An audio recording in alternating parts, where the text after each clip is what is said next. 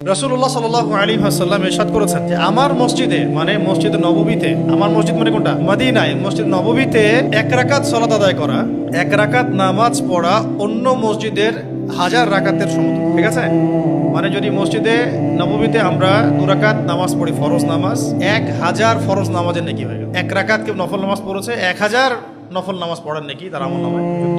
এবং দ্বিতীয় অংশে তিনি বলেছেন যে মসজিদুল হারামে মানে মক্কায় মসজিদুল হারামে 1 রাকাত নামাজ পড়া অন্য মসজিদের 1 লক্ষ রাকাতের সমান। 1 লক্ষ রাকাত ফরজ নামাজ পড়তে আমাদের কত বছর লাগতে পারে হিসাব করে আপনারা বের করতে পারবেন।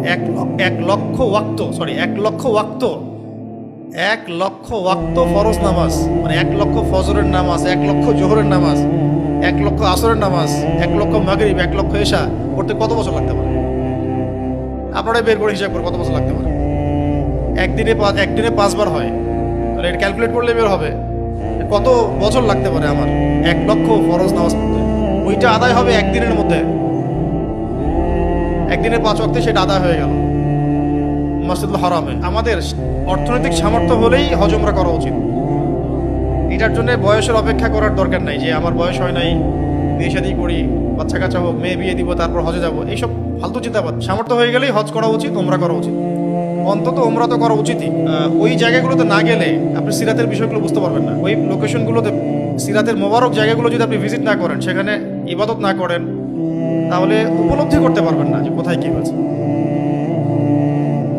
আর যদি নেককার কাফেলার মধ্যে না যান, নেককার মানুষদের, তাহলেও সমস্যা। কারণ তখন দেখা যাবে যেহেতু ওখানে আলেম নাই, বুঝিয়ে দেওয়ার মানুষ নাই, তখন দেখা যাবে যে আপনি যাচ্ছেন ঠিক আছে, আবার আসলেন, ভুলেও গেলেন, অতটা তাসির হলো না। শুধু নববীতে এবং হারাম শরীফে যদি আমরা বেশি বেশি নামাজ পড়ি, তাহলে ওই যে অনেক অনেক রাকাত, লক্ষ লক্ষ হাজার হাজার রাকাত নামাজের নেকি হয়ে যাবে।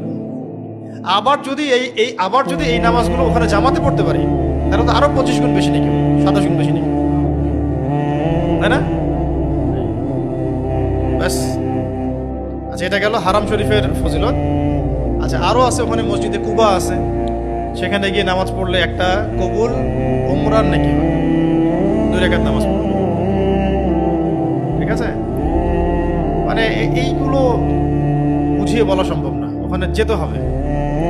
সময় পেলে, সুযোগ হলেই অন্তত 7 দিন, 10 দিন, 1 মাস, 40 দিন থেকে আসতে হবে।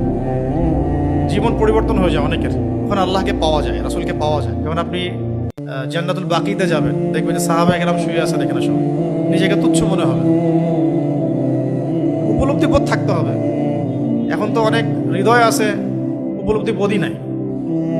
রূহ আছে, উপলব্ধি করতে পারে না। উপলব্ধি করার ক্ষমতাটা একটা বড় নিয়ামত। এবং এই জন্য আমি পরামর্শ দিই, হজ করার আগে, উমরা করার আগে অবশ্যই সিরাত পড়ে যাবেন। পুরা সিরাতটাকে ভালো করে পড়ে তারপর যাবেন, তাহলে বুঝতে পারবেন এই জায়গায় এই ঘটনা ঘটেছিল, এই জায়গায় ঘটনা ঘটেছে, এই জায়গায় এটা আছে। আমাদের মদিনা বিশ্ববিদ্যালয়ে অনেক ভাই আছেন মাশাআল্লাহ, ওনারা তো সিরাতের প্রত্যেকটা জায়গার উপর ওদের রিসার্চ আছে, গবেষণা আছে। আমরা গেলে আমাদেরকে ঘুরে ঘুরে দেখা যায় এই জায়গায় ভাই এটা হয়েছে, এই জায়গায় এটা হয়েছে।